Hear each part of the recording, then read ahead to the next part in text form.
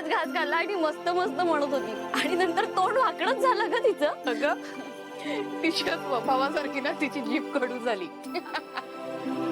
ताई तुझं डोकं भारीच आहे. म्हणजे काय कमाल युक्ती सुचली ग तुला.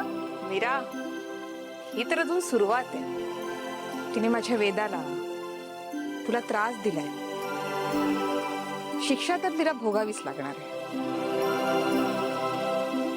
आता मायाची काही खैर नाही.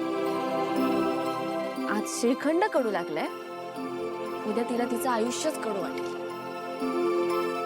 मीरा, तू आहेस माझ्या सोबत.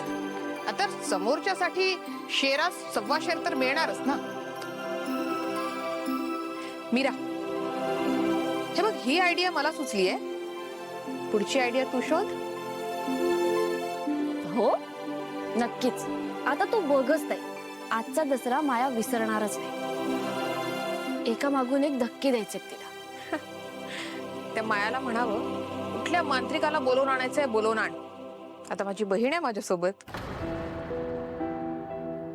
मीरा, आपण त्या मांत्रिकाचे पण असेच हाल करणार.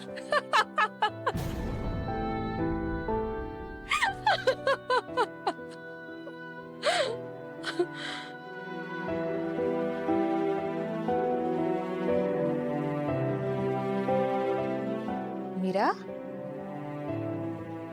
काय ग, असं हसता हसता डोळे का पाणावले तुझे?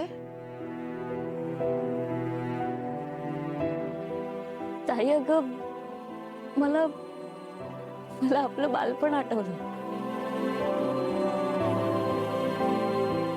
आपण अशीच मजा मस्ती करायचो ना ग तेव्हा पण.